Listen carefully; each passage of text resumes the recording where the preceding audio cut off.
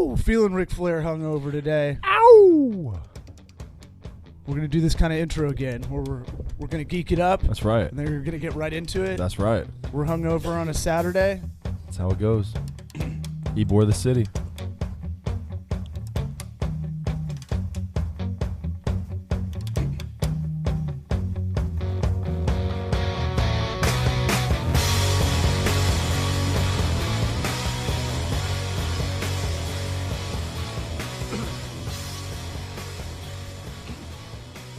Sweat Equity Podcast. I'm your host, Law Smith. Sitting here with me is the Lions Purr of Caleb Fuddy. Woo! He's doing his Ric Flair impression. Keep it strong. Keep it going, Ric Flair. They can't hold you down. That's right. Sweat Equity Podcast. Subscribe, rate, review. That's the cheat code to get us up. The iTunes rankings. Was with some friends last night before the Alabama Shakes concert. Yep. In Ybor City, where we do this podcast, not too far away from here. And was explaining the whole metric thing about here's how you get moved up without having a name recognition. Yeah. And basically, I'm a fledgling stand-up comedian, so no brand equity in that. So there, like you'll see, like if a comedian starts a podcast, it'll just instantly be in the top 10 because they got some juice behind them. Well, they also get up at, like during their special and be like, "Oh, check out my podcast," and then they've got an audience of 6,000 people. That great example. And one of my favorite comedians working is Nikki Glazer, who has a show on Comedy Central. Oh man, she's talented. She has a show about the show, basically. So her podcast immediately was top 10, but she deserves that because she's really good. What am I talking about? I'm talking about pause right now, subscribe, rate, review, and if you're even more baller, if you're feeling the flow, you're feeling funk, link this, get the copy link, send the share to your friend that wants to open a bar, your friend that maybe wants to do a bowling shoe e-commerce company and he doesn't know how to do it. Yeah, and we've talked about it before. Challenge your friends, okay? They talk all that shit. They say they want to open their own business. They want to do their own thing. Put it to them. Say, hey, check out this podcast. They got what you need, and do it. Because you're tired of hearing them talk about it. And I'll let you intro the guest because I don't have much info. Yeah, no, absolutely. If we're a little sniffly, a little coffee this morning, it's because we were all up pretty late last night after the Alabama Shakes concert here in beautiful Ybor City. So forgive us. But we've got a really good guest today who was kind enough to get up early with us and to bear the hangover. And it's none other than Ted Federal's very own Cliff Minsley. Cliff, what's going on? What's up? Yeah, we're really glad to have you. And Cliff is coming in from out of town. Cliff actually lived in the Tampa Bay area for a short period of time. You flew in for this podcast. That's awesome. That's right. Private jet and everything, man. Yeah. You're welcome. We're doing really well. Yeah, it's really getting up there with the guests and the reach that we're getting.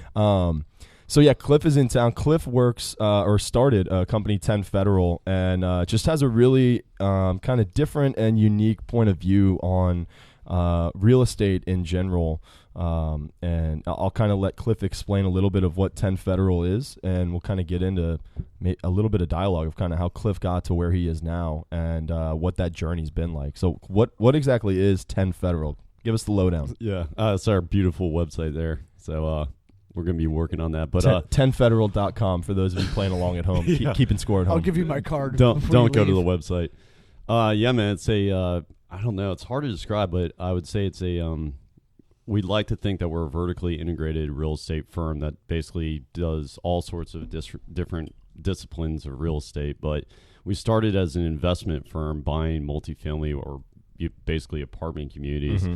And from there, we grew different companies on that foundation. So we started buying a bunch of apartment communities, which basically means we went out and structured deals and raised money through investors and things of that nature. And then that afforded us the opportunities to do other things, like to start a management company. So now we manage all the apartments. And then we had a services company. So we provide different services, and that has given us the opportunity to start more of a development firm. And so then we've been doing our own development, and we've built an apartment community now. We're building self-storage facilities, things of that nature.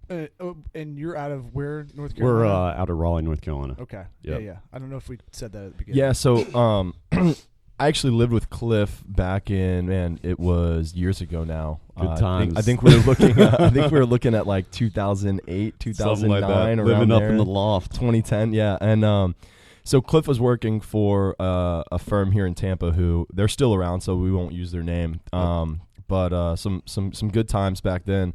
And I don't know exactly what you were doing for them then. I know our roommate was like he was, what would you call it, like a project or property manager? I don't know. Well, he was in the construction stuff, so he was kind of like a project manager, I guess you could call it. Okay. Project engineer. Yeah. Sometimes. Sort of, something like that. Spice it up a little bit. Yeah.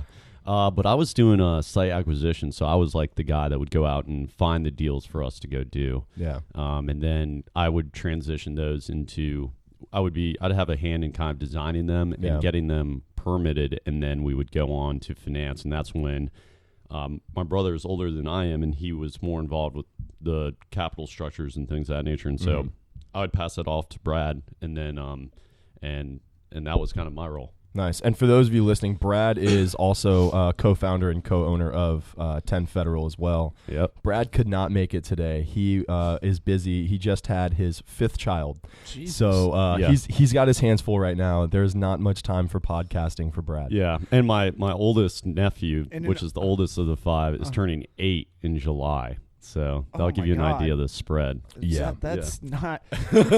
Someone. It's a bad hand. Yeah, it got brought up. It got brought up last night at the concert, and someone's like, "Are you guys like Mormon? Is this like a religious thing?" It's like their Civil War era family. Yeah, it kind of reminds me of the new DirecTV commercials with the settlers.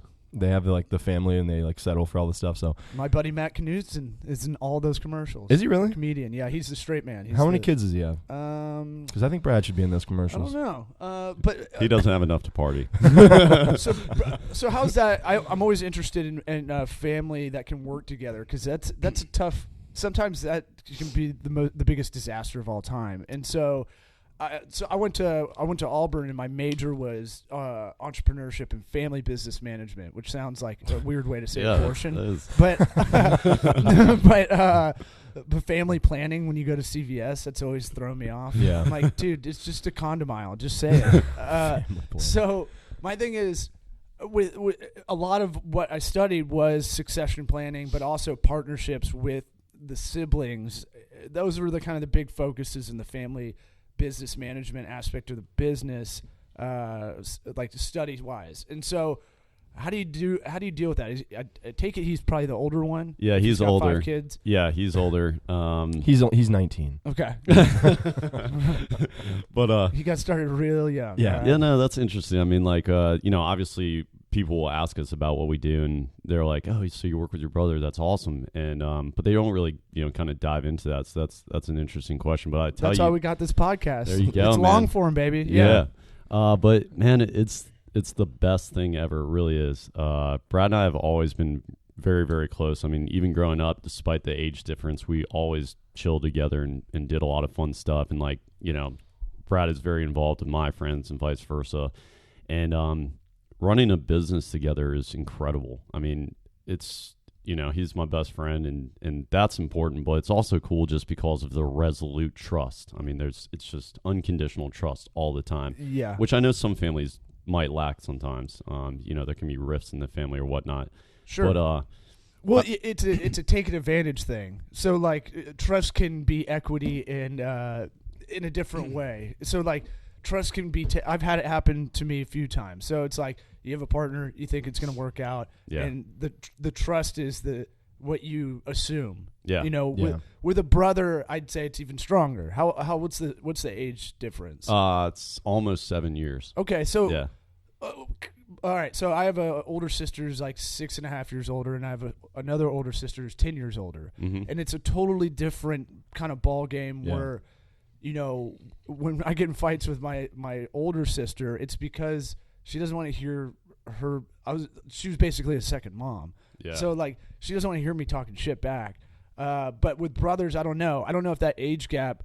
It sounds like it's kind of an advantage because you're probably coming in He's probably got a little bit more experience in whatever field he's taking care of. It sounds like he's the project manager. You're more the front end. Well, on the back end. That was back at the last firm. Okay. But that is, I guess, somewhat kind of the case now. When we first started the firm, the beauty of also having, brothers or whatnot is, I think growing up together, your minds think kind of in the same way. Yeah. And so, we can cover each other's tasks very well, and there's a lot of overlap. But we are very different in that Brad is a very creative person and has a lot of vision and very cool. That's awesome to have. I guess I would be more the details guy. Okay. But as we grew, it was the point. I remember when we started, we had a one-room office where if we both leaned back in our chairs, they would touch. And it's adorable. Yeah. So, wow. But we were trying to get deals put together, but at the same time, from talking to investors to like taking the trash out. We did everything, and so we had to both do everything in the firm. But as we grew, we did divide roles, and so I guess I'm a little bit more on the front end now as far as like finding deals, business development, stuff like that. At least initially raising money with investors, although Brad does speak to all of our investors. And then he's taken on the role of running our property management firm, which is probably the biggest arm of our company at the moment. Okay. And that has a lot of heavy lifting because he's managing so many people. But also along the vision lines, he's created this cool, or he's worked with a group for our self-storage platform specifically. And as far as I'm aware, we're the first group ever that has a kiosk machine that operates a storage deal independently. And we're able to do that because there are locks behind the doors that grant and permit access or restrict access based on people signing leases and if they're current on the rent, stuff like that. So it's pretty cool. So I'm glad you brought that up, and I kind of want to hold that thought for a little bit later on in the podcast, because I want you to bring that up and talk about that, because it is one of the first of its kind. We were told by the groups that the lock is brand new. We're the first people to use it, and but we've been told by these big groups that work in the industry that it's the first in the world. Yeah, so. which is pretty awesome. But I want to backtrack a little bit. I want to go back to your initial reason you got involved in real estate. Your initial reason why, what was appealing about it to you that made you say, "Man, this is what I want to do. I want to go on this route, and I'm gonna just figure it out from here." So yeah. Where did it start, and what were the next few steps after that? It's kind of a funny story. And this might sound somewhat bad, but it's the truth. But we can be honest here. We're safe. No, I'll be honest. But you're like, it was meth. The meth was too good to give up. This is the good part about morning beers. Yeah, is that you're just willing to talk more earlier. Yeah. No one really wants to talk. We'll let our hair down and a beer or two. No, there's nothing really bad. Everything's incentive based. It's one way or the other. Usually it's salary, and that's what I'm gonna guess is where you were going. Sure. Yeah. So my mom actually, my brother was the first one into real estate, and so my mom worked at a hospital, and one of the nurses there had this brother that was working in real estate, and we heard through the grapevine that the dude made like $800,000 in the previous year, and we're like, holy shit, yeah, that's amazing. Yeah, that's a and lot of fun. So my mom, I think, also recognized how pretty nifty that is, and was like, so I've got this you son boys of mine. are doing real estate. Yeah, you boys go out and do work. And so anyways, she was talking to the nurse. She's like, oh man, well my son is 19. He's gonna have his first summer off from college. He needs an internship. I think Brad was planning on being like going to work on a cruise ship or something like that. But my mom ended up meeting the guy and trading. The guy's just he's very verbose and he's a talker. And he comes in and he sees this big trash can and he goes on and on about this trash can for some reason. My mom was like, I'll give you that trash can if you give my son an internship. And he agreed. And so that's how it got started. And, Brad is an intuitive person and he picked it up quickly. And the guy that we used to work for is a very capable dude and afforded both of us a lot of opportunity at very young ages to do a lot of the heavy lifting of the deal structure. And so let's break it down for people listening that might be in that same position. Basically, you saw the carrot that was dangling ahead of you, which is, hey, you can make a shitload of money in this. Yeah. You kind of, it sounded like you may have fallen into this internship. Maybe you saw that part, but you didn't know anything about real estate. Yeah, neither did your brother. So it's always good to have that community or that family, like your mom, to push you in that direction. But then once you took the internship, that's where we're most interested in, because that's okay. Because we said it before we heated the mics up, but you're not born to be a real estate agent. Yeah, I'm not born to be a small business consultant. Yeah, it's what am I not born to be? Adorable. Do me next. Not born to be small.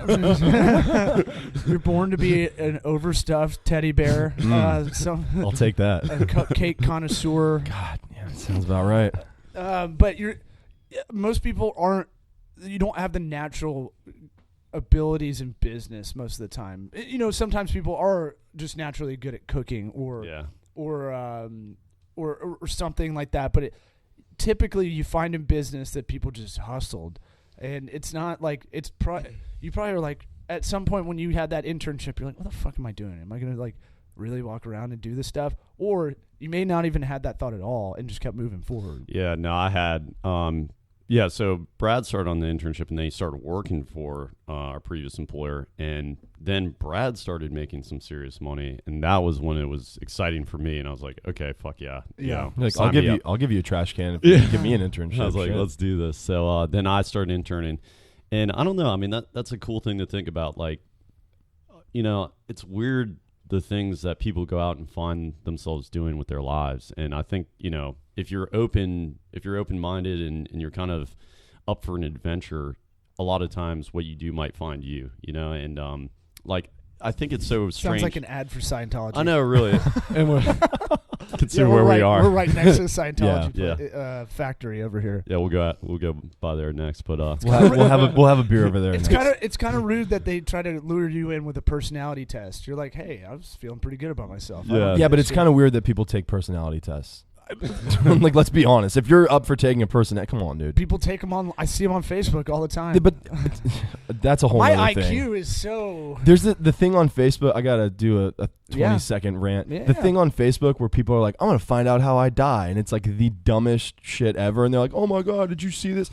How does someone know that people out there are that fucking bored that they're gonna take this thing on Facebook to find out how they die? How does someone know that we're going to create this and millions of people are going to do this app and we're going to steal their information for it because they want to find out how they die? Yeah. Oh, yeah. And it's just a big crock of shit. I can't deal with that right now.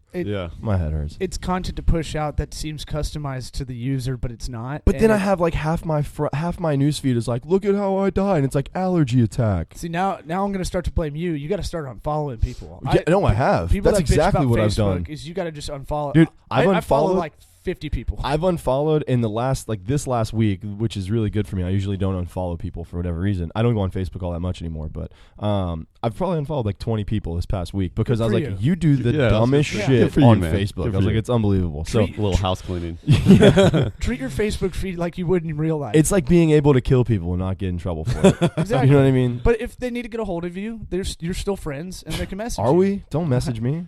I still get that is truly excommunicating someone from your life to defriend them on Facebook. No, not defriend, unfollow. Oh. No, you're still friends with them, but they don't show up in your feed. They still think you're friends. There's a little top right arrow. It's as savage as it gets, man. They still think you're friends, you're really not, and no one knows but you. All right, so we got back on track. Yeah. Where did we stop? So we're talking about, you got the internship and you started seeing kind of like some money roll in. Your eyes start maybe getting a little big. But where did it come from where you really, you started to say, I can do this? Yeah, so I worked for the last firm for, I think it was like, I don't know, it wasn't that long. It was maybe 3 years or something like that. And, I graduated in 2007, so I was born into the hellfire. From college. From college. Right. And into, that bastard of a recession. Yeah. And but you know, it was interesting, like, because we were highly incentivized and we had the ability to make some real money.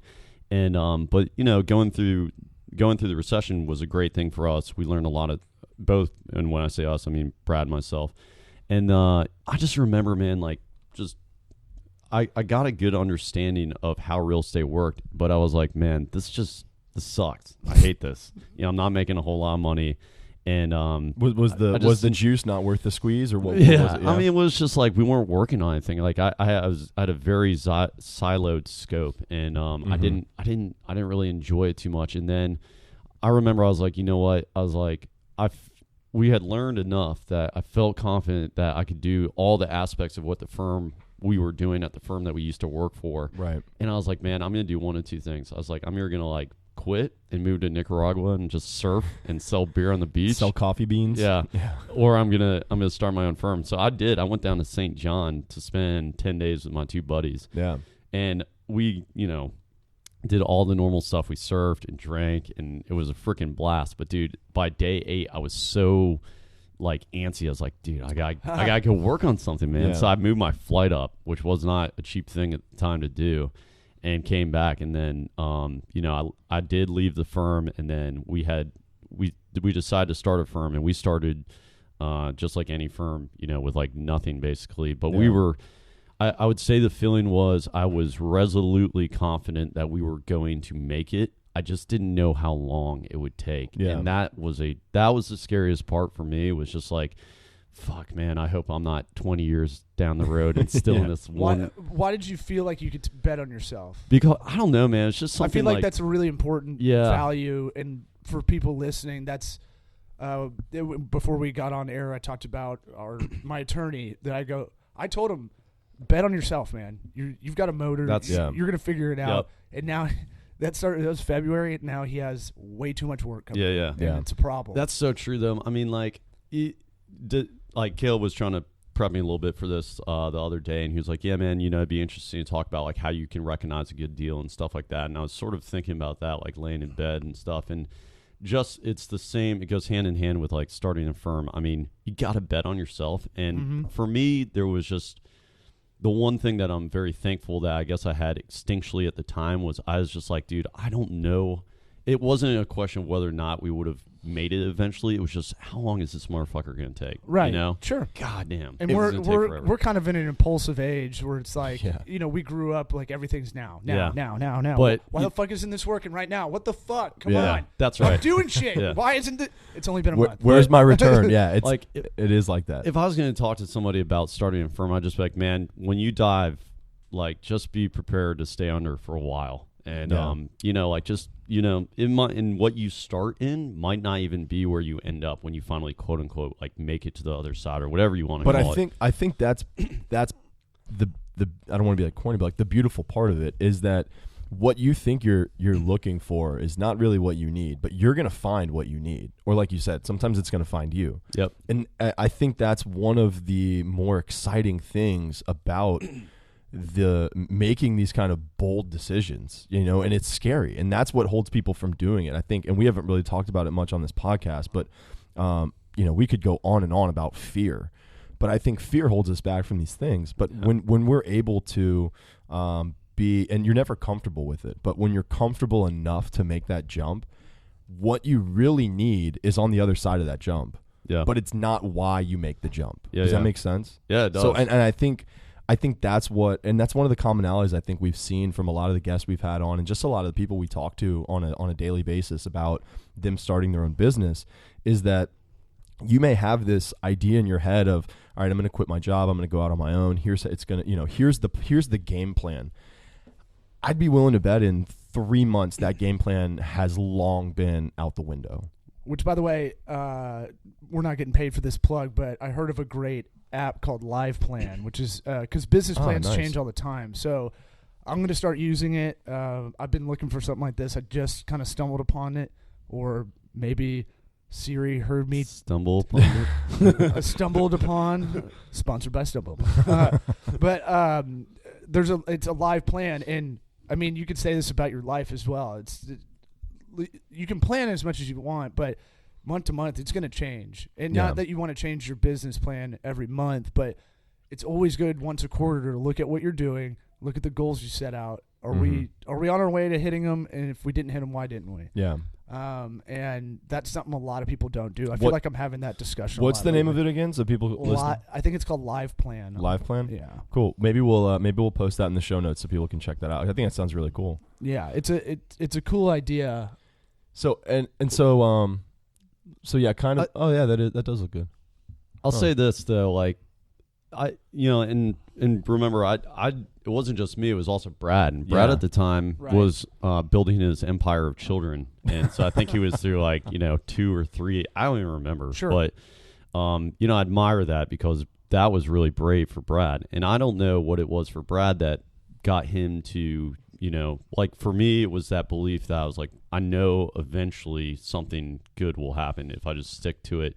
I don't know what it was for Brad that made him leap off, but he left with a little bit of money. I left with, I had nothing, because I was much lower in the firm or whatever, and I had a little bit of money, but I was on unemployment, and we had this free apartment where we were living in the Call of Duty dome. It was a really interesting time, and so I went to like a smaller. And I promise I'll loop this back into the topics that we're talking about. But I went to like a smaller college here, just north of Tampa, and I played baseball there. And I didn't. All my friends went to these bigger schools. They were going to Florida State. They were going to Florida. They were going, Miami. All these places. And so I had this kind of different college experience. And it wasn't until I met Cliff, who's here with us, and our other buddy Alex, that I really got to have the college experience, which was really interesting because these guys were kind of well out of college already at the time. Dude, we're still living this lifestyle. I was talking to my girl the other night, and she's like, "How old is this Caleb guy?" I was like, "I don't know. I know he's younger than me, but I don't know how." It was just kind of ridiculous. How old are you, dude? Right now? Yeah. So we got in this a couple episodes ago. I am currently 27 3/4. God damn. So yeah. I know, man. Don't that's count beat fractions. Up. Yeah, so I'm almost 28, but not yet. So 27 3/4 at the moment. And so it was just one of these really interesting things where I'm playing baseball, I'm doing all this stuff, I'm going to school, and I'm living with these guys in this free apartment up in this loft that has like this half wall.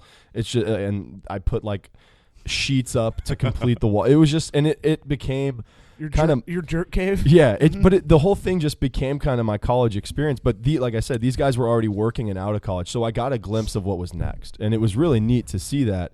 And I can remember, there were very, very few non-drunken nights. I mean, it was mostly, drinking, having fun.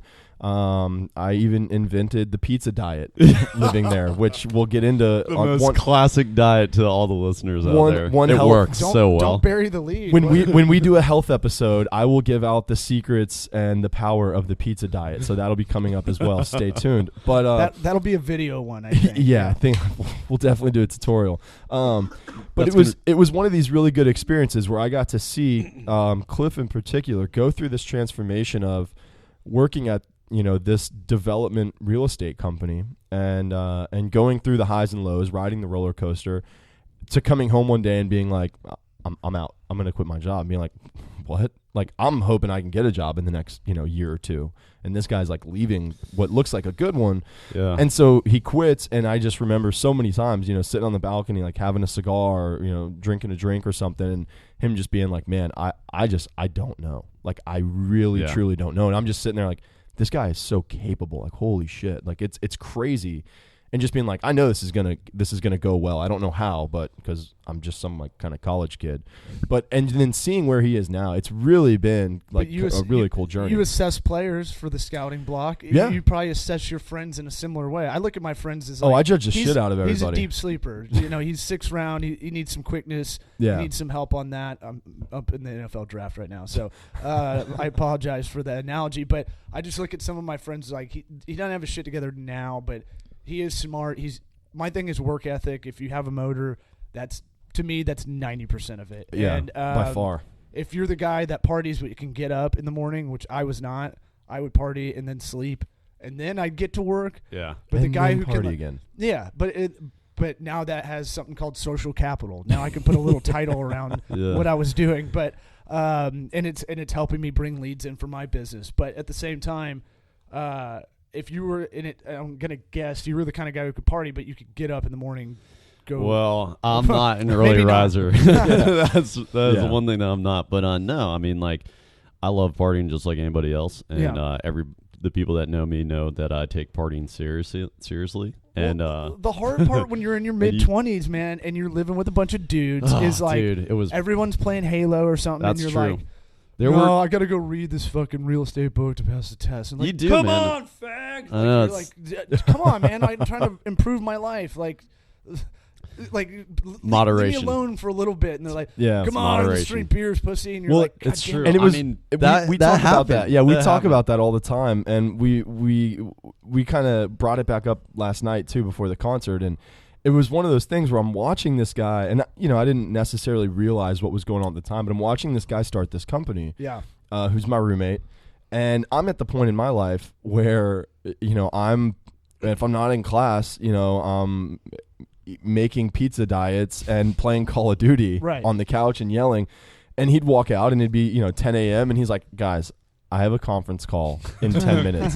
Just put it on mute and don't scream. There are 12 words you can't say, and this is the list. So please just... Yeah, it's like, just don't be loud, anything. So we'd hear him on this conference call, and we'd totally just forget. And we were just like screaming at the TV. So and true. Like, I can only imagine the things going on the other end of the line. The people like, are we really going to do business with this guy? And then the fight afterwards, like, well, fuck you, bro. Go to Starbucks if you need it. No, he would. The position of the dudes that are so lazy that can't remember 5 minutes later to shut up. Yeah, that was always us. like, well, fuck, what are you doing on a conference call anyway?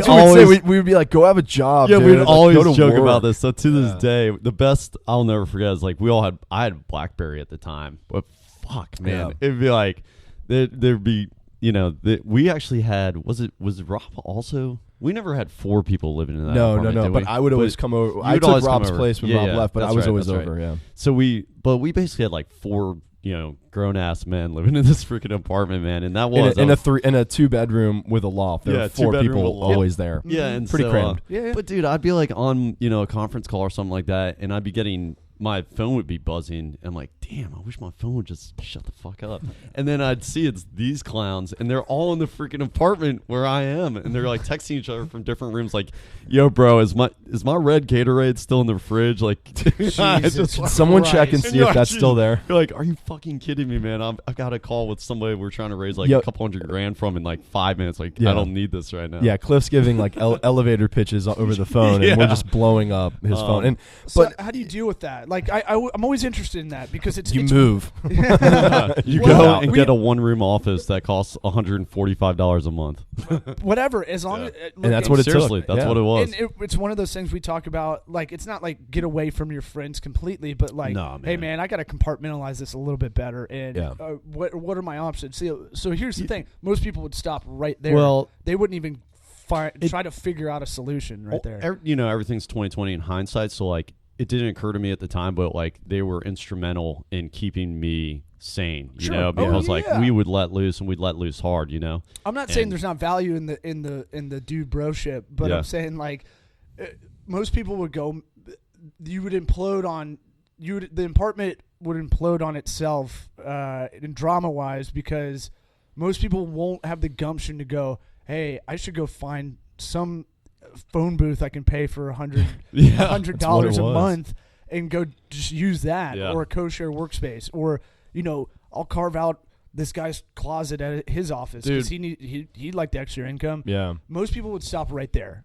Well, I think that's my theory. Maybe I don't know. I mean, like, you were talking about, like, how you might start a business plan, but you also have to have a plan for starting a business. Like you like that? That's like a snap. That's like a Snappleism. Yeah, go on. Yeah. But in all seriousness, I mean, like, we didn't. I didn't have that much of a plan. I think Brad might have had a little bit more than I did, but like, we definitely designed how we were going to run a business, and we formulated a business plan too. And the fun thing about business and building a business is that it changes. And like, just for the record, if I'm still working in real estate in 15 years, then I'm not doing something right, because I enjoy real estate and understand it well, Sure. but I enjoy more building a business, and there are other things I think are more important than building real estate projects that capable people. If Agreed. Look, if I'm still making websites in a year, I'm going to be really pissed. But, but I want to tie it back to we were talking about, just because I think if the podcast is about starting business and being an entrepreneur or whatnot, having the faith to go start a business is a really tough thing. But if you have a plan, that's a way that you can mitigate it. And, maybe you're running a business on the side on the weekends or something to create your escape pod from, because it's, Brad had a family. Brad took a leap of faith. He had a little money socked away, but I mean, dude, that was a ballsy thing that he did. Yeah. And it is ballsy, but if you have a plan, it's not like you're trapped in your job. You can get out. You can find ways to make other income.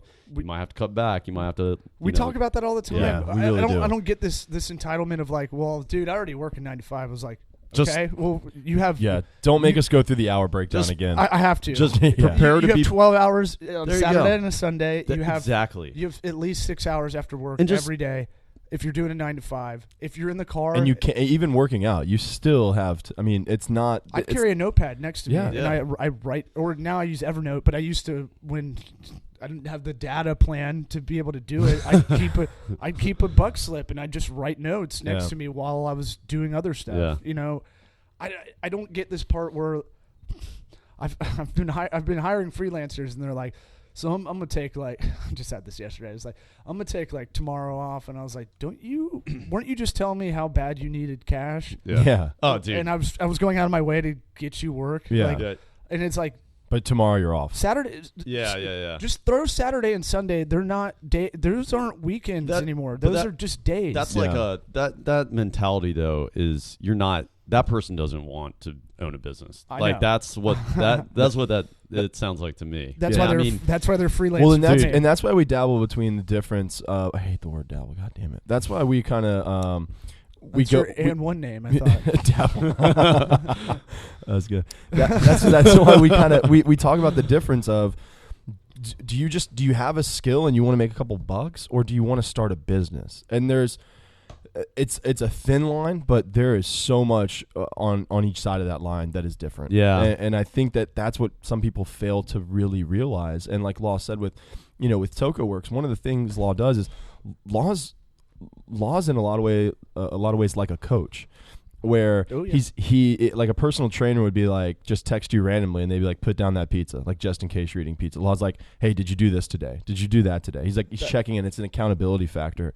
A lot of people aren't willing to go that far with their skill or with their want to start a business. Yeah, and that's what and it takes more than that too. But that's a lot of what it takes to get started. And it's not people like don't even have that. I'm not super thoughtful. I actually write down notes, like check in with Caleb on Tuesday or something.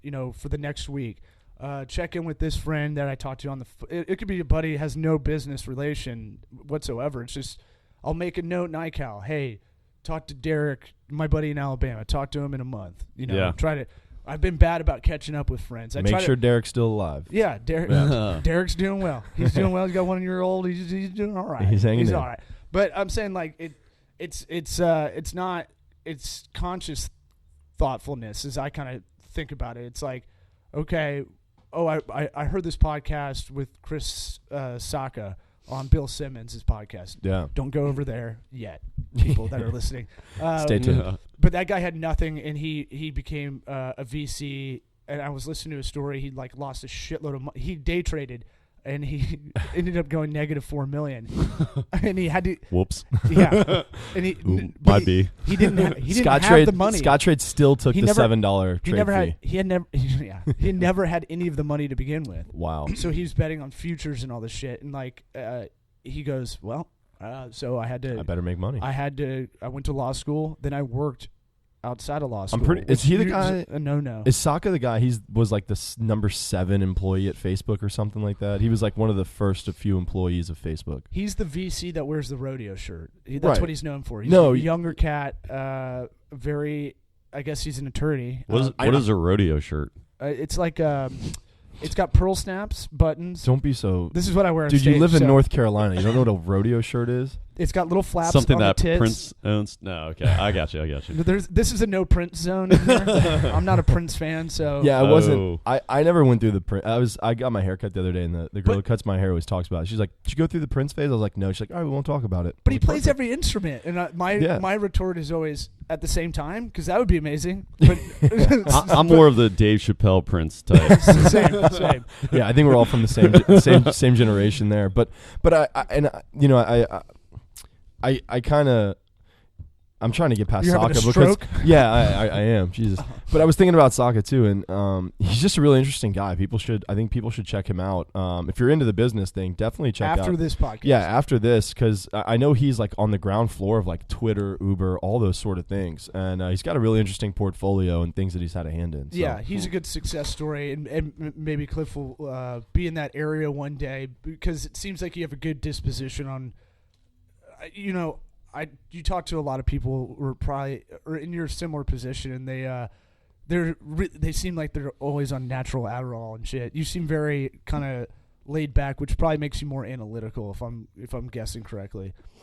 That might be true. No, it's definitely true. Yeah, I mean, I don't know. That's I've never stepped back and thought about it that way. I mean, dude, yeah, I worked my ass off, and starting in business, I think we can all agree is prepare yourself for pure hell and being broke and being poor and shit like that. But yeah, and rub some dirt on it. But no, I mean, I don't think you have to be some psychotic like maniac that's always jacked up or whatnot. Like I know that because when I remember when I was starting my firm, hearing about people that were like successful, and I was like, fuck, man, am I not those things? Like I don't work 20 hours a day. Like I get blasted on the weekends. What's up with this? And no, you don't have to be that way. I don't think. I mean, I agree. Yeah. It's somewhere right in the middle. Maybe just like most things, it's right in the middle. It's like, all right, I'm not a 20-hour a day guy, but I can be a 12 to 14.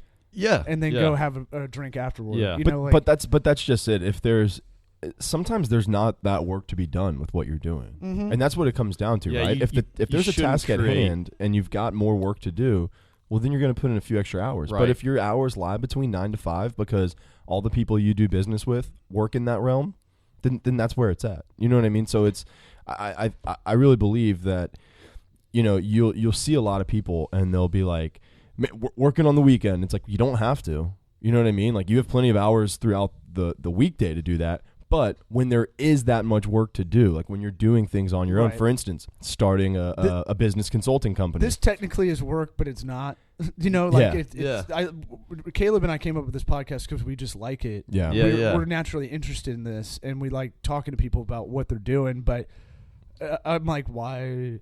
It kind of started that way. It's like, why don't we just so this doesn't feel like work. Yeah, I didn't feel very well this morning, and I'm feeling better. I'm starting to. Yeah, that's true. Actually, brought to you by Brew Bus Brewery. But 31 definitely caught up with me this morning. Let's say that, and it's unbelievable. And it's one of those things where it's like, fuck, I can't. I could barely speak, but I got up 20 minutes later. I'm like, let's go. I gotta go. Yeah. We gotta get this dude done. Yeah, I mean, it's you're only human, but so is everybody else, right? So everybody that's done it. We're closing in. I mean, we try to keep this under an hour.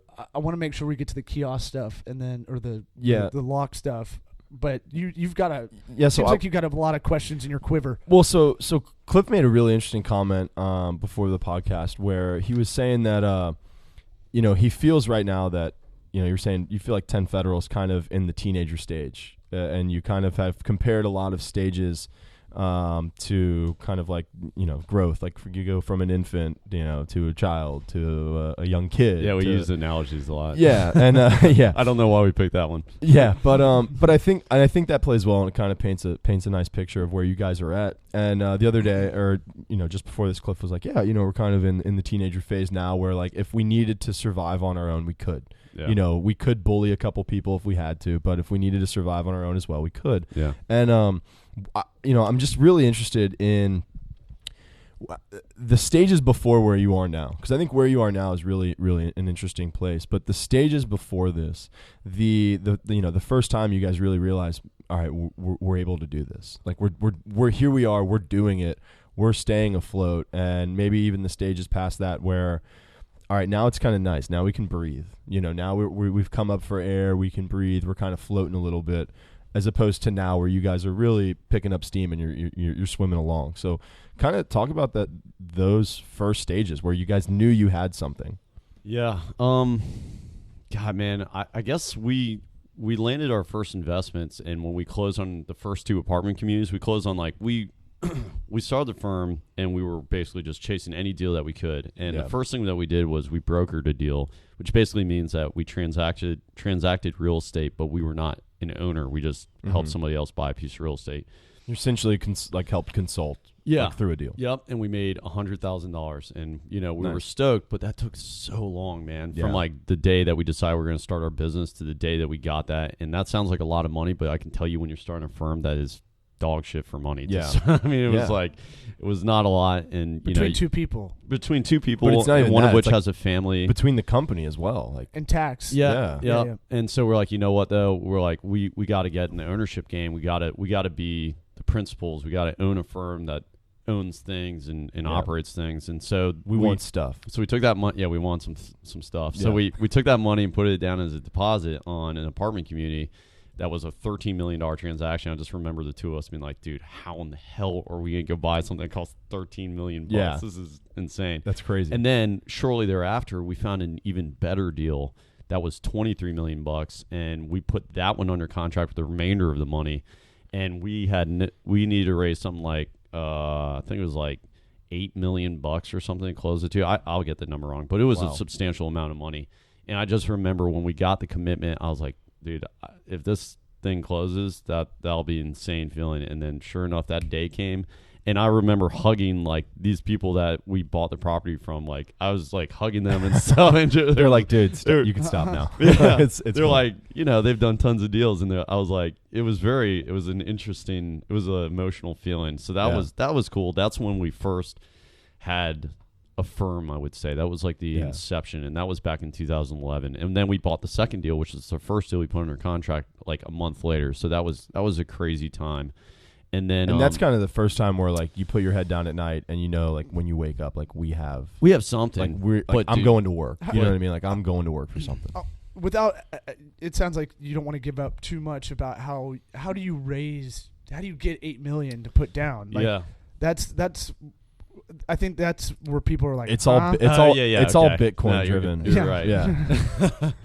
Craigslist. Well, we had the distinct, and this is, I will say that one thing that I think we were lucky about was we had an entree to those sorts of tables because of the group that we used to work for. Okay. And with my brother especially, because it started out with my brother was the one that raised money because he knew some of the guys that had money, and he knew how to talk to them. There is a specific way that you speak to people that you're trying to take their money. Well, look, every or get them to invest. Every industry has its own jargon, right? Exactly. That's why the financial crisis is so perplexing, because no one knows what a CDO is, and no one knows no one knows all these acronyms. That's my thing with finances. Right. People are scared because there's just too many acronyms. But beyond the jargon, it's speaking on a deeper level, maybe. And I would say, and for the listeners, if you're raising money, be prepared and be completely honest, even about the downsides of what you're trying to sell. And if you don't know something, don't bullshit. Just tell whoever's asking you that question that you'll come back to them with an answer down the line. I always say that. I go, look, I don't know that right now. Give me Let a day. Let me find out. I'll get back to you. But then, so we knew some folks that had money from the last firm, and they had been burned on the previous business plan, which was real estate development, very risky, high risk, high reward. And we formulated a more conservative business plan, and we thought it would appeal to some of the older folks that had some money.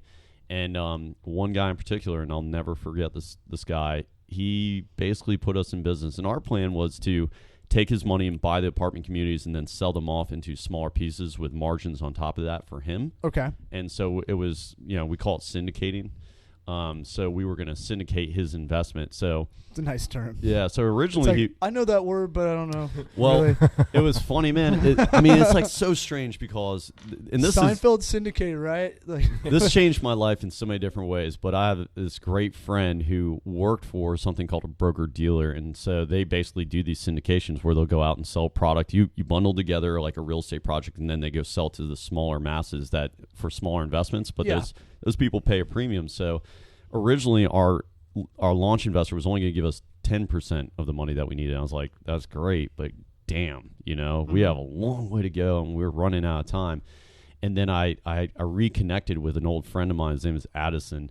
And, I was telling him about what we were doing. He's like, damn, dude. He's like, I could sell the shit out of that, man. Mm-hmm. And so we discussed that business plan. And then I was like, oh, man. I was like, if we could sell this to the seed investor, that we can go out and buy these projects and then sell it and get a premium on top.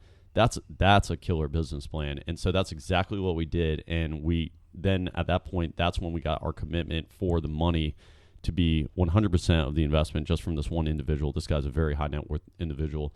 And then we ended up doing the deals and closing, transacting them. And they were such good deals, though, he decided he didn't want to sell off smaller ownership. Mm-hmm. So then he just remained in those projects, and we still own them today. Nice. Yeah. Yeah. I'm sure while you're doing this, you're scattering around, when you're like, okay, wait, we could switch this up and make this a better deal kind of thing. I want to make sure. Okay, we got about 10 minutes. I want to make sure. We can't go over an hour, huh? As with most things, it kind of runs along just because there's so many. We call it tangent highway. It just can get on so many exits. I hear you, man. And we want to make sure and Caleb and I were trying to be kind of more thoughtful or more aware of like, what's the point of this podcast is to really give advice through the interviews we're doing. Okay. And so I want to make sure we talk about how to make a good deal. Okay. And it could be broad, it could be real estate, or it could just be anything. Because I'm sure there's parallels to making a deal in real estate that's almost the same thing. I would say negotiation's probably going to be right up in the top. From a philosophical standpoint, everything that we approach a real estate deal with, I apply to my own life. Perfect. I'm such a deep believer in that. And I'll try to keep the answers more succinct and brief. And by the way, I just want to make the point that Addison character has ended up, he was a friend of mine back in high school, but I hadn't seen him in like years. Yeah. And now I see him all the time. He's one of my best friends, and he travels a lot. I love traveling. And we've traveled the world since then. And so that was just a cool connection, because not only was that the kind of the epiphany moment for how we were going to get these deals done. Yeah. But I got one of my best friends out of it too. Yeah. And and sometimes that's usually it's awesome, mm-hmm. but that can be tricky as well, working Definitely. With friends. So it's a great story. It's awesome when it's working well. Yeah. How about that? and what did you get? Because there's multiple facets to kind of what you guys are doing, and it's not just getting seed money and getting investors in on the ground floor of some of these deals, but you touched on a little bit in the beginning, but you guys also have kind of multiple streams of revenue and different kind of businesses that branch off from this one home. I don't know what you call it. Yeah, foundation. How did you guys kind of come up with all of the other things that go along with it? The kind of, I would almost call them like ancillary services. Like, you build a stadium and you've got a game tonight, but you also need parking. You need concessions. You need all these sort of things. So that's the beauty in having a brother that's very creative. Yeah. And I will say this too. It's really funny between the dynamic between Cliff and Brad. And getting to kind of watch that. Brad was a kind of amateur filmmaker almost, and he really had a passion for like cinematography, filmmaking, editing, and that's where his creative side comes from. And Cliff's creative side comes from like a more adventurous standpoint, I'd say. It comes from more of kind of like seeking, kind of adventure and challenges and these sort of things. Not that Brad doesn't seek challenges. He fucking has 5 kids. It's fucking 5 challenges right there. But yours is more of a risk adventurous thing, and maybe his is taking a risk creatively in the sense that when you're dude, I've try to direct a sketch, and it's a fucking nightmare. And it's like, oh, I gotta act like a fucking CEO on this thing. Like I can't. You can't just go be like, oh yeah, that's cool. You just go all shorthand. It's like, no, do it this way, and then I'll feed you lines. I'll feed you lines. It's one of those things too, and I want to make the point where their personal parallels, and this is from an outsider looking in on Cliff and Brad and 10 Federal as a whole. Their personal attributes carry over perfectly, I think, to what they do with their job in creating this company. Yeah, that they both stay in these kind of lanes, and they both know their strengths. I feel a lot of people, myself included, I try to find strengths in business and in the workplace that I don't possess naturally as a person, or that I haven't worked at on a personal level. And I think that's where a lot of people will fall short sometimes. Yeah. And it didn't become really apparent to me until I started thinking about Cliff as a guest on the podcast and 10 Federal and a lot of the things that these guys are able to kind of do. But using the things that you possess. Now, we're not talking about acquiring a skill here. We're talking about just things you are kind of honed into more naturally, that you need to focus on those in a business sense as well, because that will strengthen what you're doing work-wise rather than just in your personal life. So I don't know. It's kind of a parallel I've always seen. We talk about all the time, man. Like we try to formulate. Our business plan was different from most, which is a good thing, but there are aspects of it that are non-traditional for our industry. And man, it was like swimming upstream. We're like, you know what? Fuck this. Like, let's just do it. Let's deviate courses and try to like swim downstream. And it's made a big difference in being able to transact more deals. But what I would say from like an aspect of what you're good at is swim downstream. Yeah. Like if you're good at being a funny guy and can talk to people or whatever, make sure that you're working in the disciplines. It's good to know all disciplines. I believe that if you're working in real estate, you should know all the facets of real estate very well. Right. But focus on, especially when you're starting, the things that you're naturally good at. And I mean, I know that's cliche, but like, dude, that is so key. It's cliche for a reason, though, and exactly because it's true. Yeah, and it's one of those things like Caleb alluded to earlier. You have to train yourself a lot of the time. So my consulting stuff is basically checking in once a week with my clients, and it's just like a personal trainer. It's the best. Man. It's the best metaphor I have. It's like, hey, how's this going? How's this going? Well, and that helps people to understand it as well, because I think everyone's been in that. If you've been to a personal trainer, people usually only stay with them for a short while, but that's because they have bad fitness habits. That's like that's just how it is in this country. Right. People have terrible fitness habits. You have to have good business habits to we'll put up some information on the pizza diet. Don't you guys go Googling it just yet. But I think that people can relate with, even if people hate their personal trainer, they're still doing the best thing for that person. Right. And that's what they have to understand when it comes to business consulting and starting a business. It's going to be tough at first until you get into that mindset, if you're not in it already, of wake up and just, I have to start kicking ass, right away. Once I'm in the office, it's work time, it's go time. It's not Facebook. It's not time to tweet and repin things and repost shit. It's time to get stuff done. It's time to make some deals. So having someone to have some accountability is really where it comes in to keep you on track with that. So, something earlier you talked about, you and your brother kind of have delegated roles, but you need coverage if one of you guys is out. Gets greased. Well, yeah, but I mean, like he's got 5 kids. I'm sure that comes into play where, hey, can you go in and fill in for X, Y, and Z? Yeah. And I don't think a lot of people think about that either. And so I want to make sure I touched on that, because that's a big part too. I don't do graphic design, but I know enough now that if I have to come in and figure out how to make changes, make edits, I can do it. Yeah. Because I knew I need to be. I use football analogies for everything. So, we need to cover 2. We need 2 free safeties. Yeah. If whoever's running the branding and graphic design for me, if they fall through, what am I going to do next? Yeah. I mean, unless it's instrumental to actually operating your business, I feel like that's a second stage type thing. Like once you got the business up and running, then start building some redundancy. I mean, again, that's the fortunate thing of having a brother that's also capable. And, I would like to think vice versa. We could, cover for whoever else if one goes down or whatever happens. Duplicate yourself. But also, if you can find somebody that's good at finding good people, yeah. Like I don't know that I'm the best at finding good talent, but I mean, I just can't tell you how important it is to have good people, but also to be able to recognize when somebody's not working out for you. Good thing you got a recruiter right next to you. Yeah.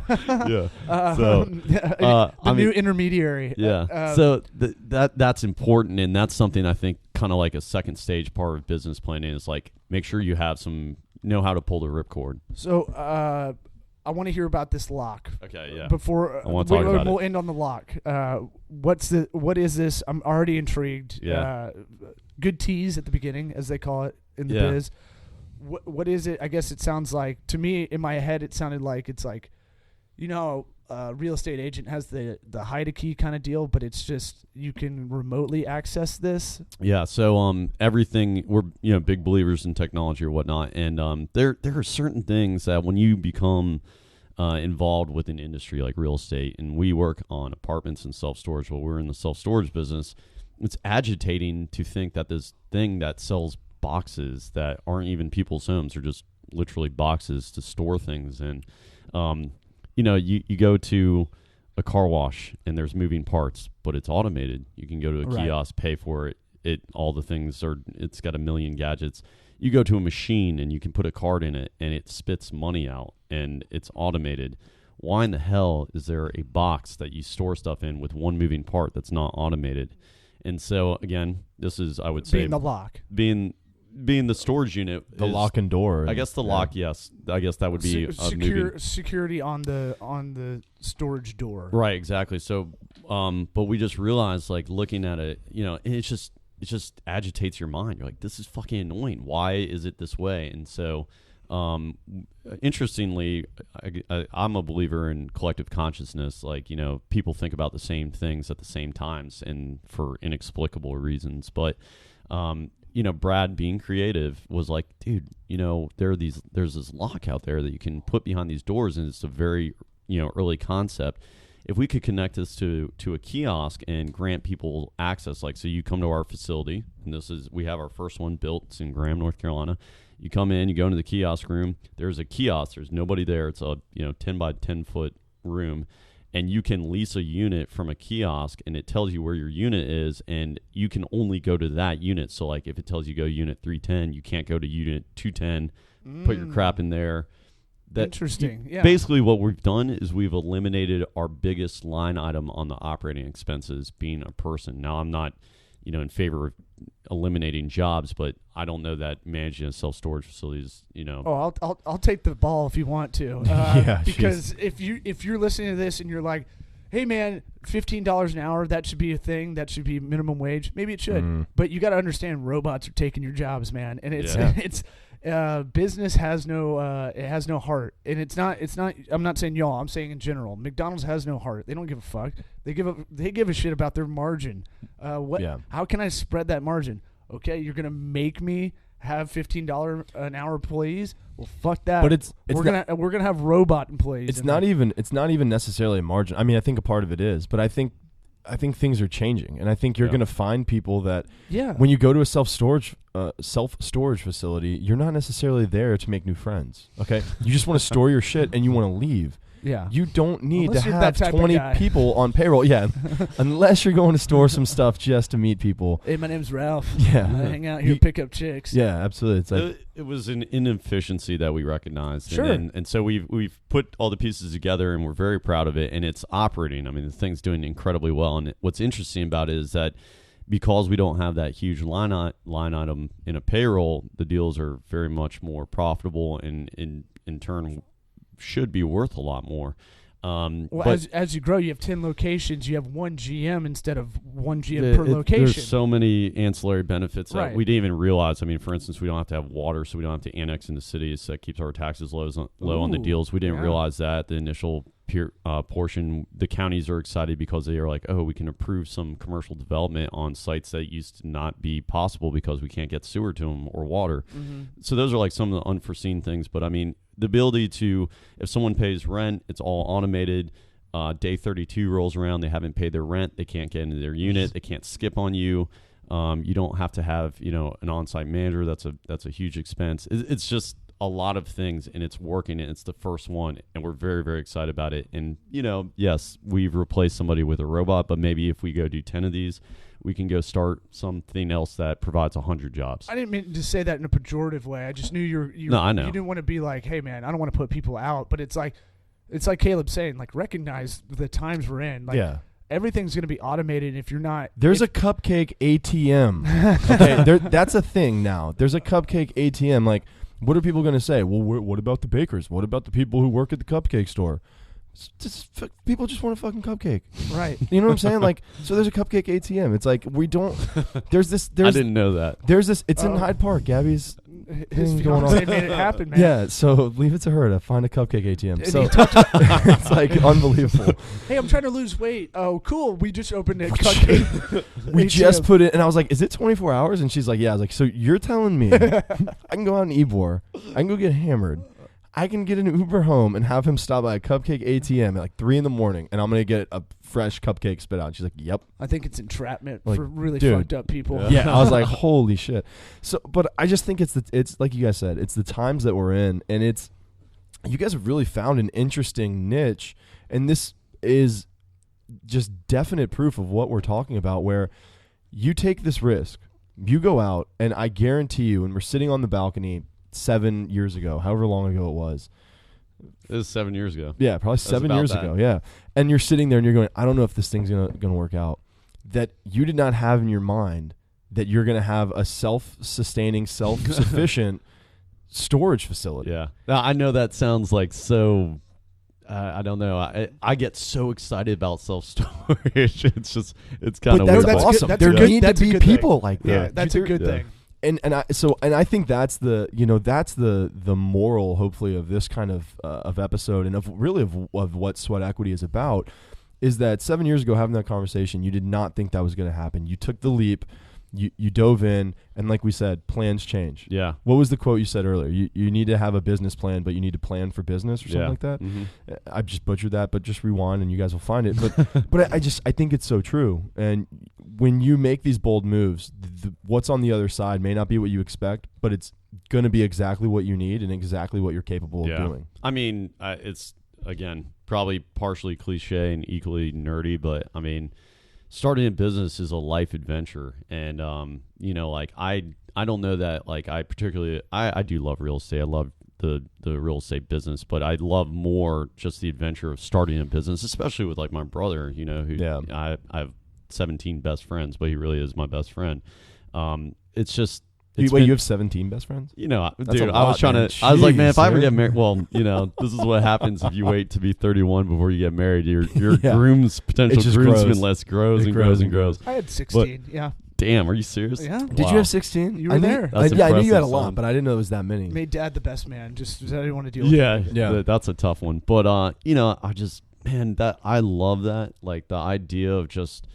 It's just a life adventure, man. It's fun, and if you approach business with an open mind, it can be just like traveling the world. I mean, it'll take you lots of different places. That's awesome, man.